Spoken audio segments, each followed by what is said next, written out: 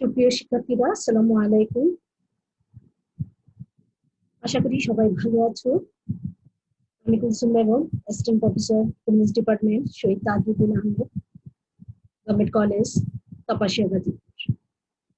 আজকের এই অনলাইন ক্লাসে সবাইকে আমার আন্তরিক শুভেচ্ছা এবং অভিনন্দন।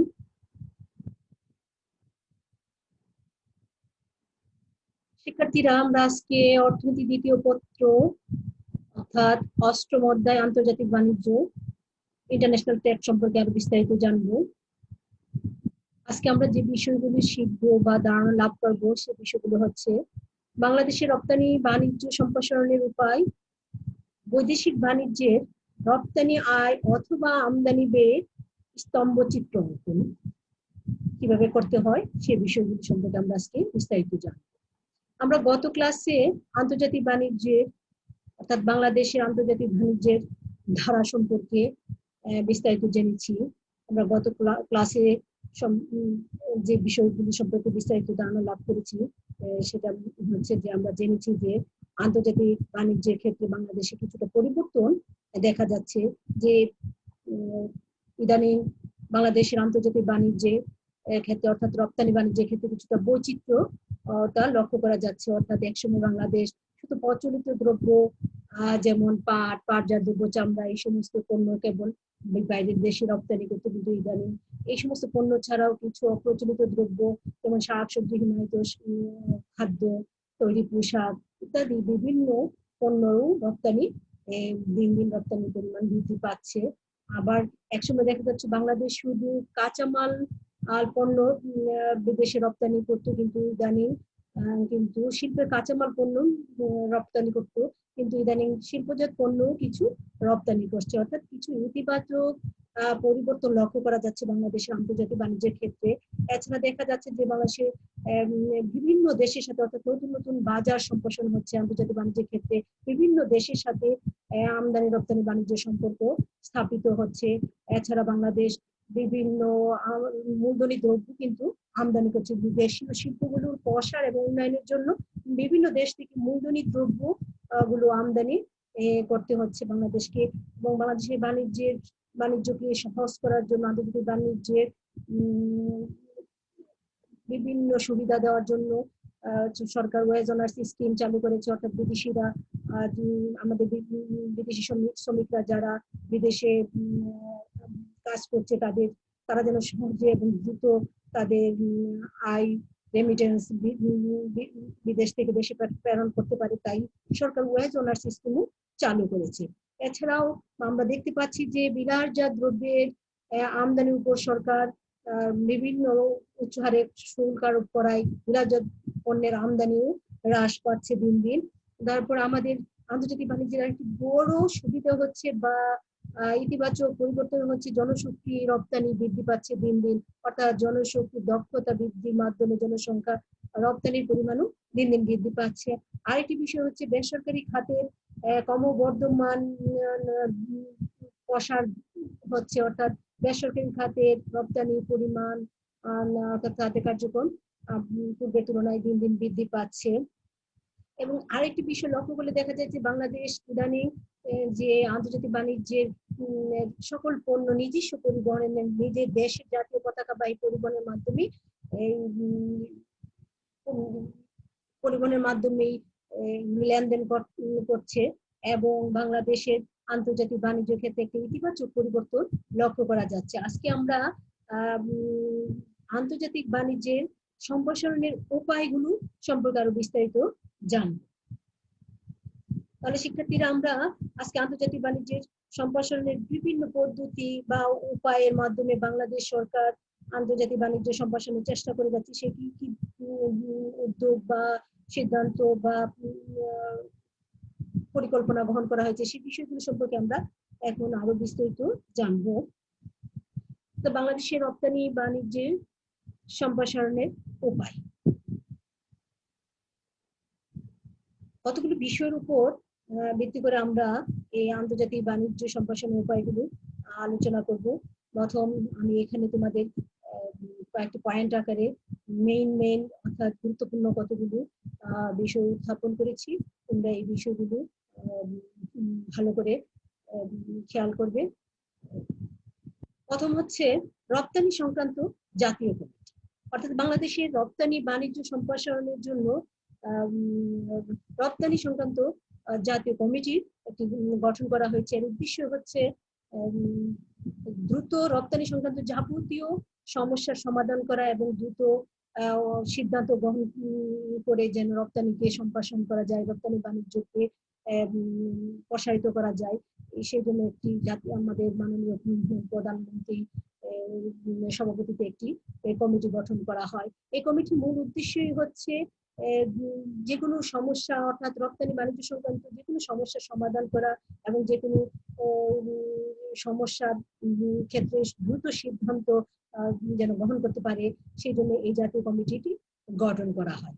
2, রপ্তানি উন্নয়ন ব্যুরোর পুনর্গঠন। বাণিজ্য মন্ত্রণালয়ের অধীনে আমাদের পূর্বে এই রপ্তানি উন্নয়ন ব্যুরো প্রতিষ্ঠিত হয়েছে।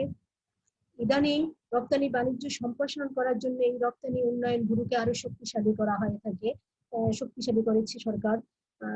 এই রপ্তানি উন্নয়ন ব্যুরোর মূল কাজই হচ্ছে রপ্তানি পণ্যের উৎপাদন বৃদ্ধি করা, কিভাবে রপ্তানি পণ্যের উৎপাদন বৃদ্ধি করা যায় এবং রপ্তানি পণ্যের মান বৃদ্ধি করা যায় এবং বিশ্বের বিভিন্ন দেশে আমাদের দেশের পণ্যের চাহিদা রয়েছে সেই বাজার অন্বেষণ করা এবং রপ্তানির সাথে সংশ্লিষ্ট সকল সংস্থার সাথে সমন্বয় সাধন করাই হচ্ছে রপ্তানি উন্নয়ন ব্যুরোর কাজ।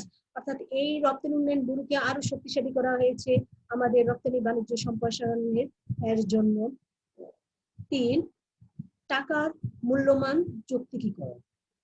যে কোনো আন্তর্জাতিক বাণিজ্যর ক্ষেত্রে টাকার মূল্যমান একটি গুরুত্বপূর্ণ বিষয়। বাংলাদেশ সরকারও টাকার মূল্যমান স্থাপন করেছে, অর্থাৎ সঠিক মূল্যমান স্থাপিত হয়, স্থাপন করায় টাকার মূল্য বৃদ্ধি পেয়েছে, ফলে আন্তর্জাতিক বাণিজ্যের ক্ষেত্রে আমাদের বৈদেশিক মুদ্রার পরিমাণও বৃদ্ধি পেয়েছে। 4, আমদানি নীতি উদারীকরণ।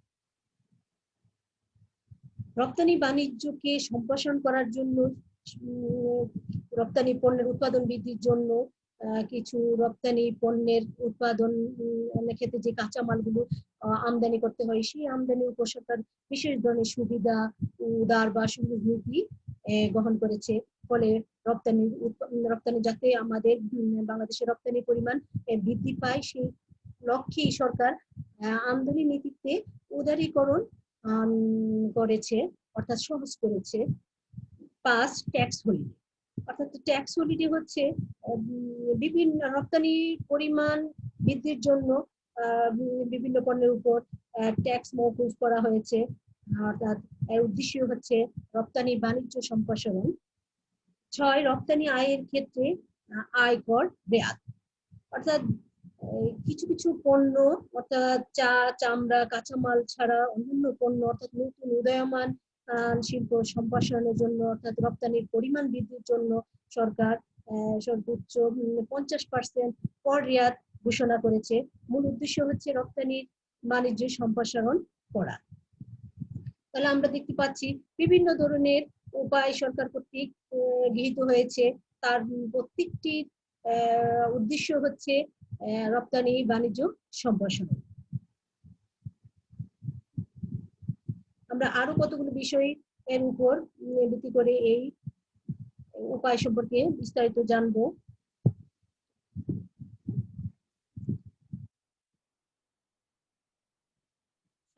রপ্তানি ঋণ নিশ্চিতকরণ প্রকল্প।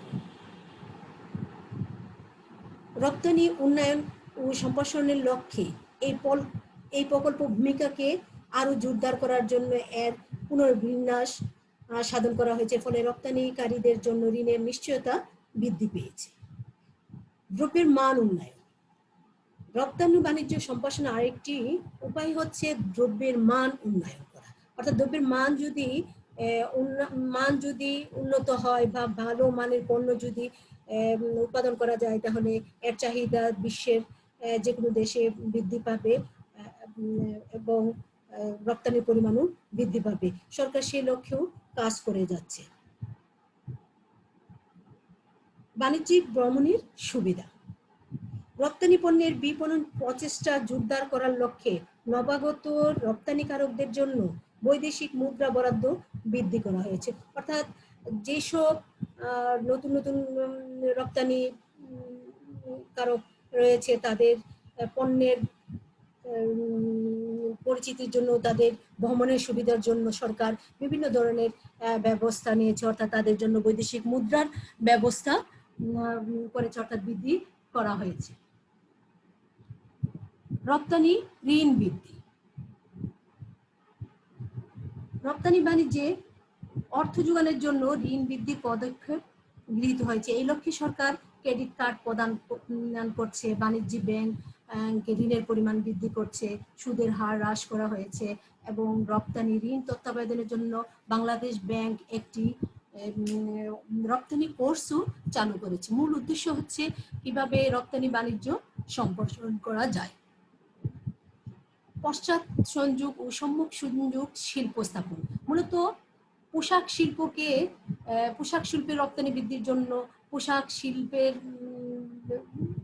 থেকে রপ্তানি আয় বৃদ্ধির জন্য এর পশ্চাৎ সংযোগ এবং সম্মুখ সংযোগ শিল্প স্থাপন করা হয়েছে। যেমন পোশাক শিল্প উৎপাদনের জন্য যে কাঁচামাল অর্থাৎ সুতা, লেবেল, বোতাম এগুলো দরকার হয়, এগুলো দেশি যেন উৎপাদন হয় বা দেশি বর্তমানে উৎপাদনের উদ্যোগ নেওয়া হয়েছে, ব্যবস্থা নেওয়া হয়েছে।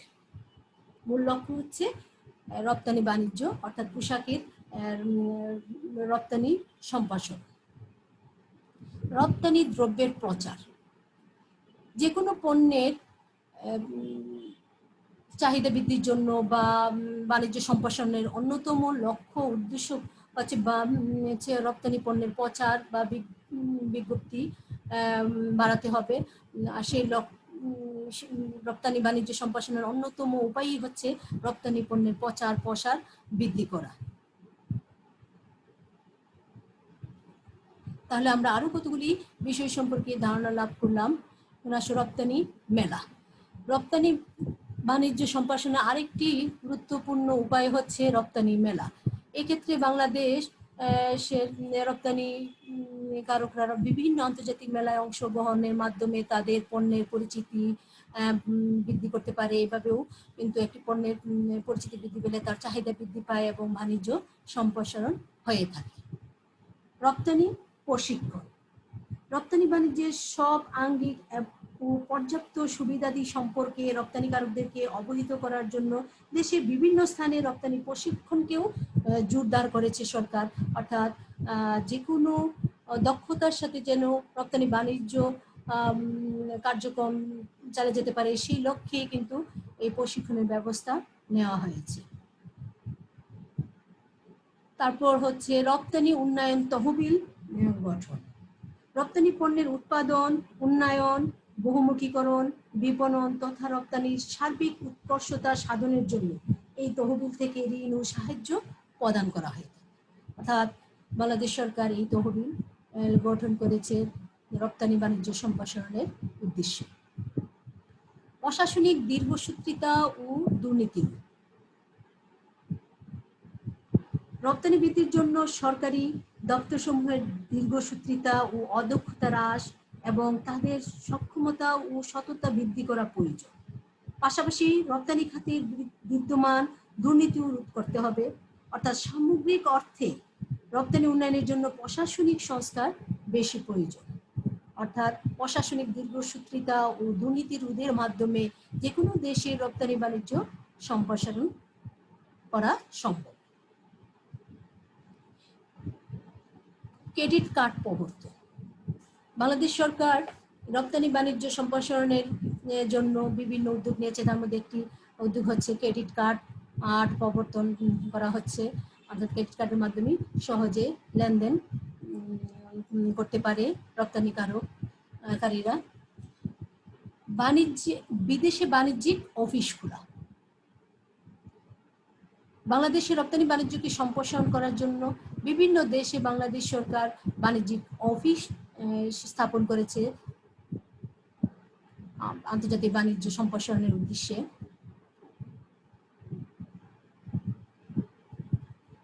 এছাড়াও আরো কতগুলো বিষয় আছে যেগুলো বাংলাদেশের রপ্তানি বাণিজ্য সম্প্রসারণে ক্ষেত্রে গুরুত্বপূর্ণ ভূমিকা পালন করে থাকে, যেমন বাণিজ্যিক চুক্তি সম্পাদন। বাংলাদেশ সরকার বিভিন্ন দেশের সাথে আন্তর্জাতিক বাণিজ্য সম্প্রসারণের জন্য চুক্তি সম্পাদন করেছে। পরিবহন ও যোগাযোগ ব্যবস্থার উন্নয়ন দিন দিন উন্নয়ন করছে সরকার, কারণ পরিবহন ও যোগাযোগ ব্যবস্থার উন্নয়নের ফলে যেগুলো লেনদেন সহজে করা সম্ভব হয়, ফলে আন্তর্জাতিক বাণিজ্য সম্প্রসারিত হয়। খরচ কম, পণ্যের উৎপাদন খরচ কমে আসে এবং কম খরচে বাইরের দেশে কিন্তু পণ্যটা রপ্তানি করার তখন সুযোগ হয়ে থাকে, এতে রপ্তানির পরিমাণ বৃদ্ধি পায়।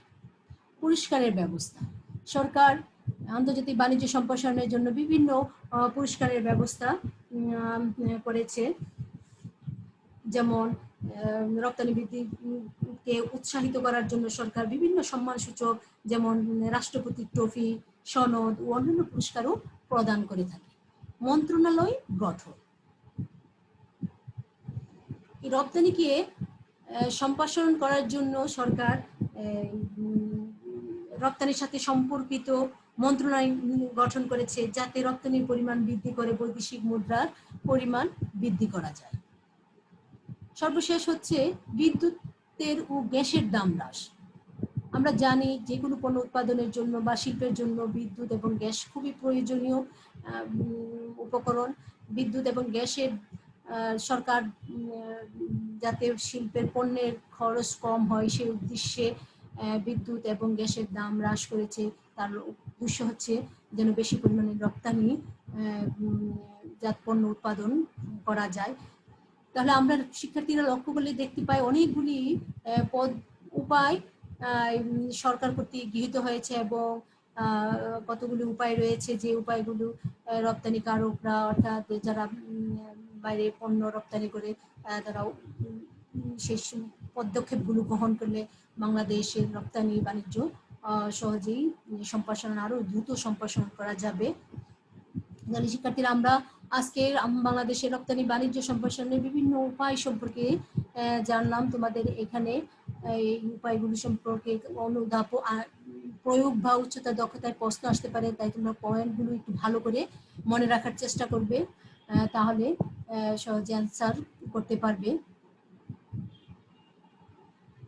আমরা এখন আরেকটি বিষয় সম্পর্কে ধারণা লাভ করব, সেটি হচ্ছে কিভাবে যে আমদানি, আয় এবং রপ্তানি ব্যয়ের চিত্র অঙ্কন করা যায়, স্তম্ভ চিত্র অঙ্কন করা যায়, সেই বিষয়গুলো আমি এখানে তোমাদের চট্টগ্রাম বোর্ডে একটি প্রশ্ন এসেছে 2019 সালে, একটি সৃজনশীল প্রশ্ন। আমরা দেখতে পাচ্ছি যে বাংলাদেশে প্রতি বছর সৃজনশীল প্রশ্নটি হচ্ছে বাংলাদেশে প্রতি বছর বিশ্বের বিভিন্ন দেশের সাথে বাণিজ্য সম্পাদন করে নিম্নে বাংলাদেশের বৈদেশিক বাণিজ্যের একটি তথ্য প্রদান করা হলো। যেমন রপ্তানি আয় এক পাশে দেওয়া আছে রপ্তানি আয়, আরেকটি হচ্ছে আমদানি ব্যয়। আমরা সূচিতে লক্ষ্য করলে দেখতে পাই 2010-11 সালে রপ্তানি আয় হয়েছে 22,924 মিলিয়ন ডলার।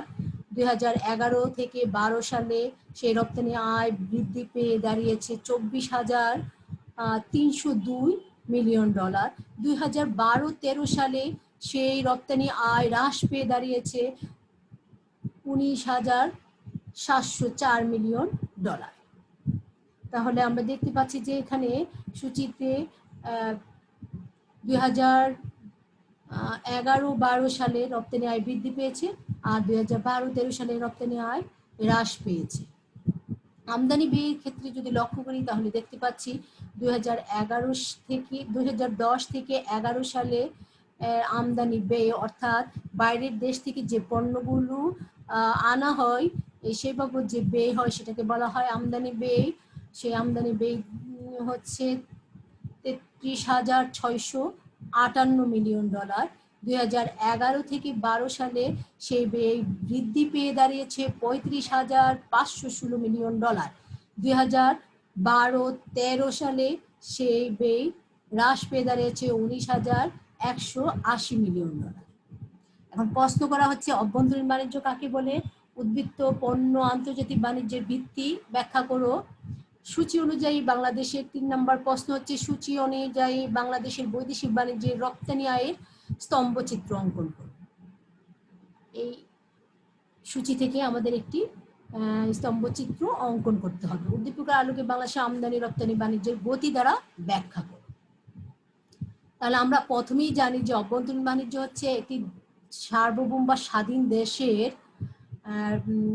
ভিতরে, অর্থাৎ ভৌগোলিক সীমানার ভিতরে বিভিন্ন অঞ্চলের মধ্যে যে বাণিজ্য সংগঠিত হয় সেটি হচ্ছে অভ্যন্তরীণ বাণিজ্য। যেমন বাংলাদেশের ঢাকার সাথে রাজশাহী বা রাজশাহীর সাথে ঢাকার বা ঢাকার সাথে চট্টগ্রামের যে বাণিজ্য সংগঠিত হয় একই মুদ্রায়, সেটাকে বলা হয় অভ্যন্তরীণ বাণিজ্য।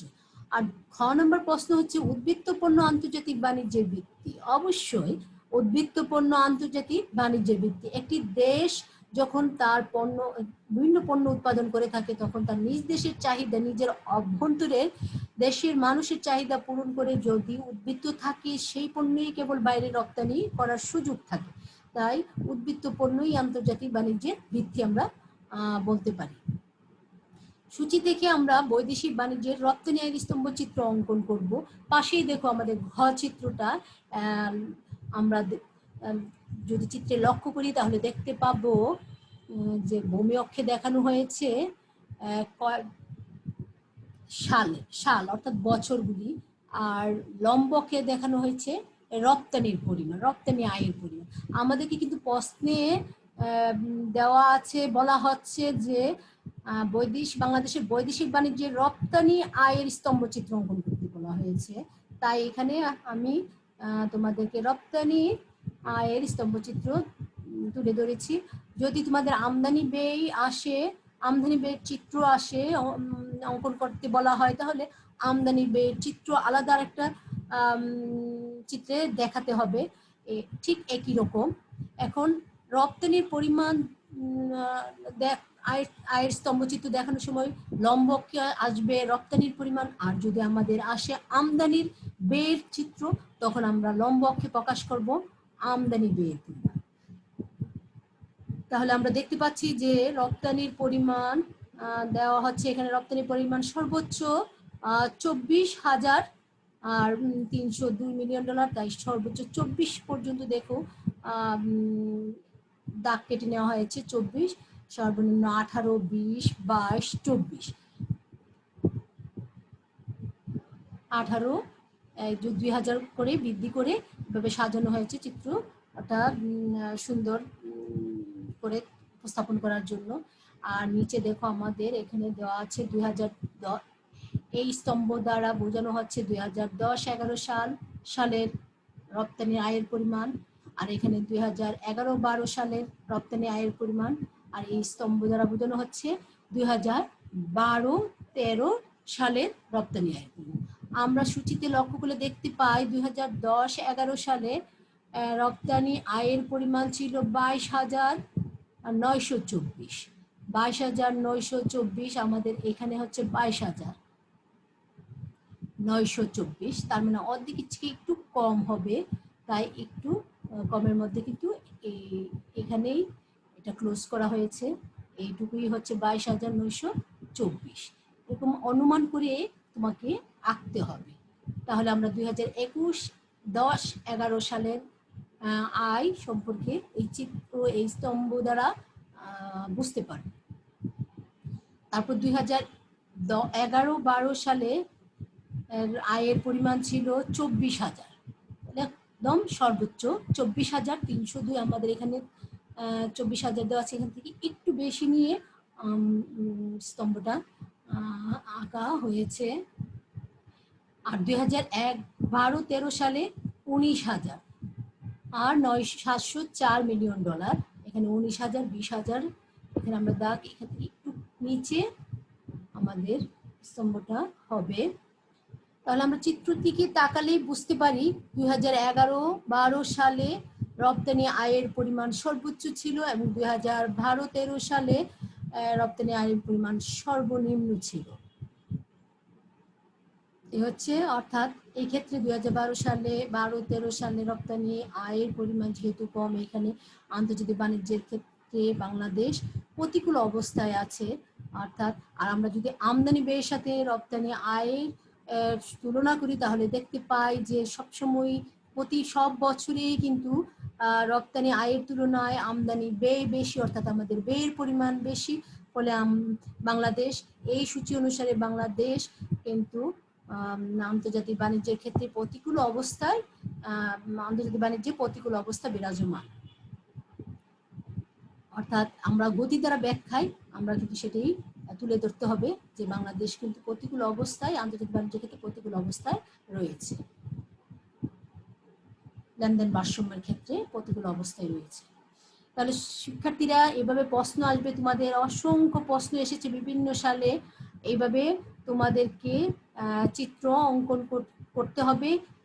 এক পাশে অর্থাৎ ভূমি অক্ষে সাল দেখাতে হবে, আর লম্ব অক্ষে যদি আয়, রপ্তানি আয় দেখাতে বলা হয় তাহলে রপ্তানি আয় দেখাতে হবে, আর যদি আমদানি ব্যয় কথা উল্লেখ থাকে তাহলে আমদানি ব্যয় উল্লেখ করে মান বসিয়ে এভাবে তোমাদের চিত্র অঙ্কন করতে পারবে হবে। খুব সহজ একটি বিষয়, কারণ এরকম স্তম্ভ দ্বারা সহজেই কিন্তু তোমার অবস্থাটা, যে কোনো বিষয়ের অবস্থাটা সহজেই কিন্তু বোঝা যায়। এত সূচিতে বুঝতে অনেক কষ্ট হয় বা অনেক সময় লাগে, কিন্তু যখন আমরা একটা চিত্রের মাধ্যমে বিষয়টা উপস্থাপন করি তখন এটা বুঝতেও কিন্তু সহজ হয়। মূলত এই জন্যই এই স্তম্ভচিত্রের মাধ্যমে যে কোনো বিষয় সহজেই প্রকাশ করা যায়। তাহলে শিক্ষার্থীরা, আমরা কিভাবে চিত্র অঙ্কন করতে হয় সেই বিষয়টাও শিখে গেলাম। এই ধরনের প্রশ্ন তোমাদের আসার সম্ভাবনা আছে, তাই তোমরা একটু ভালো করে বাসায় এরকম অনেক সূচি দেওয়া আছে, সূচি থেকে চিত্র অঙ্কন করে প্র্যাকটিস করবে। আজকে এই পর্যন্ত। আগামী ক্লাসে আমরা আরো নতুন বিষয় নিয়ে আলোচনা করব। সবাইকে আমার আন্তরিক ধন্যবাদ। সবাইকে ধন্যবাদ জানিয়ে আজকে ক্লাস শেষ করছি।